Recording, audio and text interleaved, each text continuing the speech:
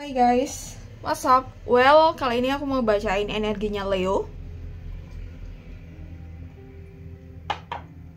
Pesan semesta untuk Leo bulan September 2024. Ini general reading, so bisa resonate dan bisa enggak ya. Reading ini untuk Sun, Moon, dan Rising Leo. Jadi at least kamu nonton 3 video yang sesuai dengan Sun, Moon, dan Rising kamu. Sometimes di Sun kita yang resonate, kadang sebagian aja yang resonate, kadang di Moon aja yang resonate, di Rising aja yang resonate, atau di tiga-tiganya ada poin-poin tertentu yang resonate ya. Jadi at least kamu tonton 3 video yang sesuai dengan Sun, Moon, dan Rising kamu ya. Oke, pesan semesta buat Leo September 2024 ya.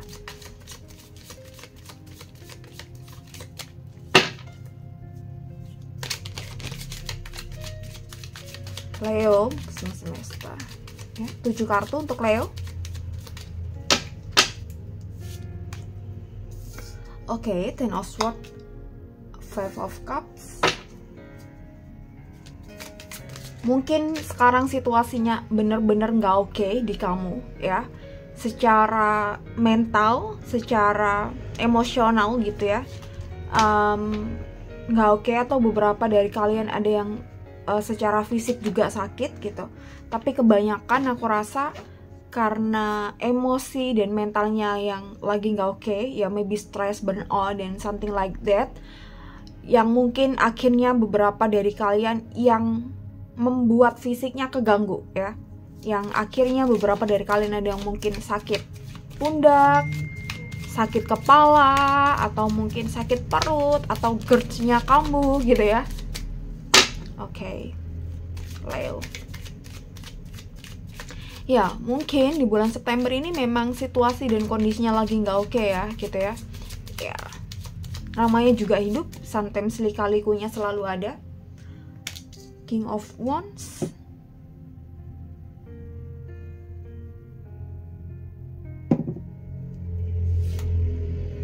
the Fool,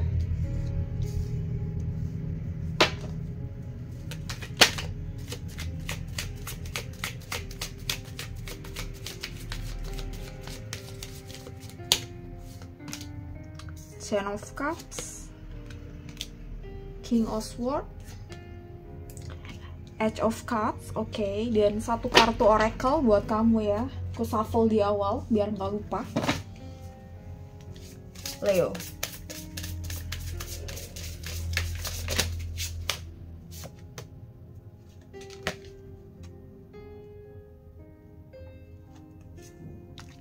Oke.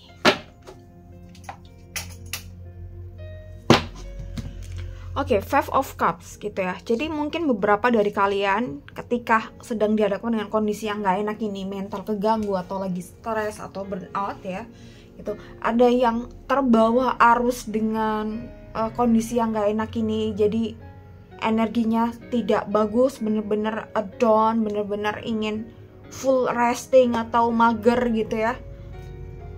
Dan ada beberapa yang mencoba untuk oke, aku harus keluar dari kondisi ini, aku harus keluar dari kondisi yang gak enak ini gitu ya. Jadi ada beberapa yang kebawa arus ya gitu ya, akhirnya down, bener-bener down dan gak bisa ngapa-ngapain, dan mungkin bahkan gak semangat. Ada beberapa yang mungkin ini gak banyak juga yang oke, sadar bahwa ini kondisi yang gak oke dan harus keluar segera dari kondisi ini ya gitu.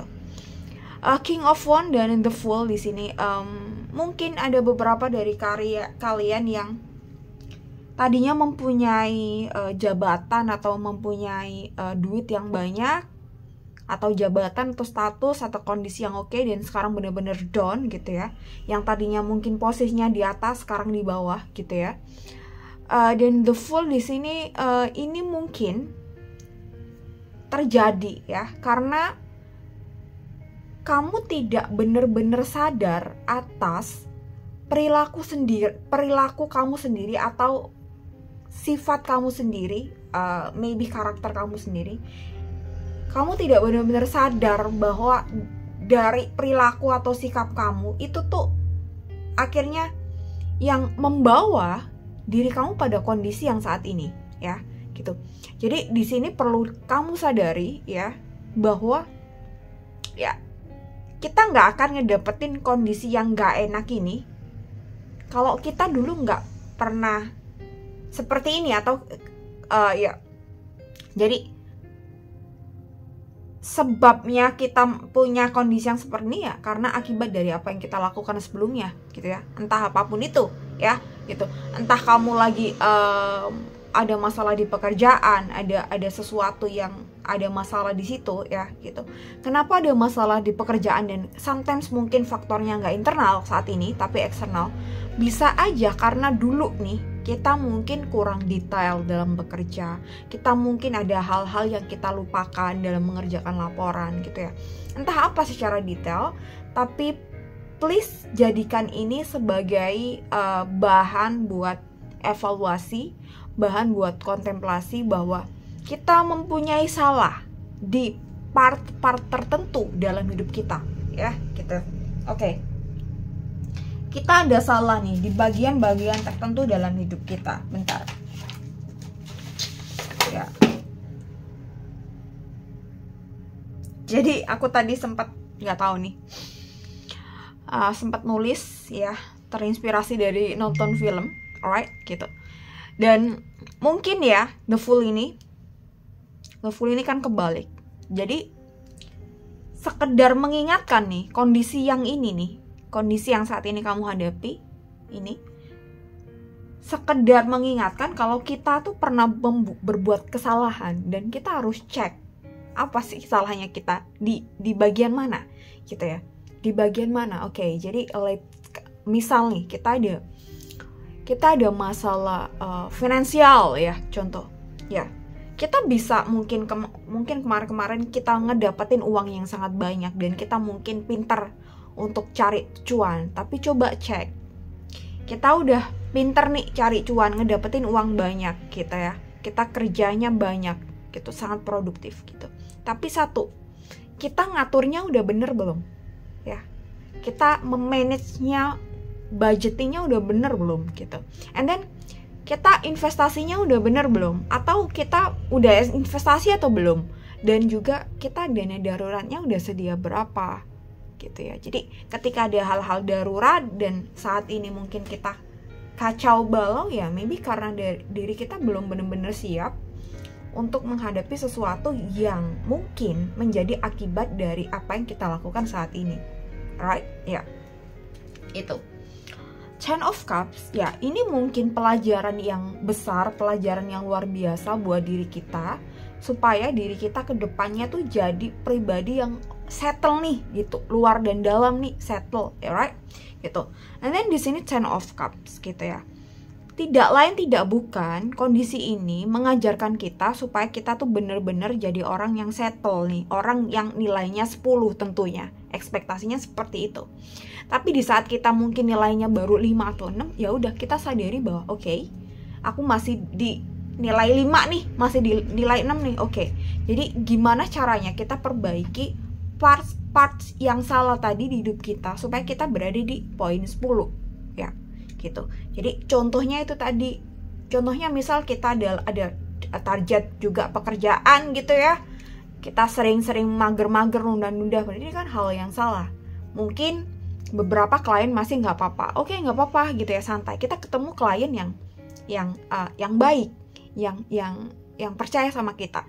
Tapi jangan-jangan kita ketemu klien yang, karena kita suka sering-sering nundah nih pekerjaannya, kita ketemu klien yang sangat mungkin tegas, sangat mungkin perfeksionis. Mereka tidak ingin kita telat untuk kirim kerjaan atau projectnya nggak beres di tanggal tertentu gitu ya. Jadi mungkin ada hal-hal yang mungkin kelihatan sepele buat kita, tapi ini tuh menjadi bagian terpenting untuk kita menjadi seseorang dengan nilai yang 10 ya gitu. Tentu tiap orang nih akan berbeda. Jadi ini kamu jadikan kontemplasi, evaluasi di part-part mana bagian dari diri kita yang perlu diperbaiki ya gitu. Aku rasa kamu paham mana aja yang salah di dalam diri gitu ya. Kebanyakan aku rasa paham gitu. Kalau orang-orang yang benar-benar serius untuk bertransformasi secara diri, aku rasa paham berapa mana yang nggak beres nih, yang salah nih di dalam diri. Tapi mungkin ada beberapa yang masih belum lah. Oke, nggak apa-apa. Ini bagian dari proses perjalanan ke dalam diri, perjalanan ke diri kita, supaya diri kita jadi versi yang terbaik ya. Tentunya sesuai dengan diri kita, sesuai dengan kapasitas kita ya. And then ada King of Swords dan Edge of Cup, right? Gitu. Kamu sangat bisa kok menjadi orang yang dengan nilai 10 gitu ya. Tapi tentu dengan tanggung jawab yang tinggi, kedisiplinan, komitmen, kemauan dan lain-lain tuh harus bisa gitu ya. Jadi ketika nih kamu melihat bahwa diri kamu oke, target memang nilai 10, right? Tapi sekarang masih di nilai 7 gitu ya.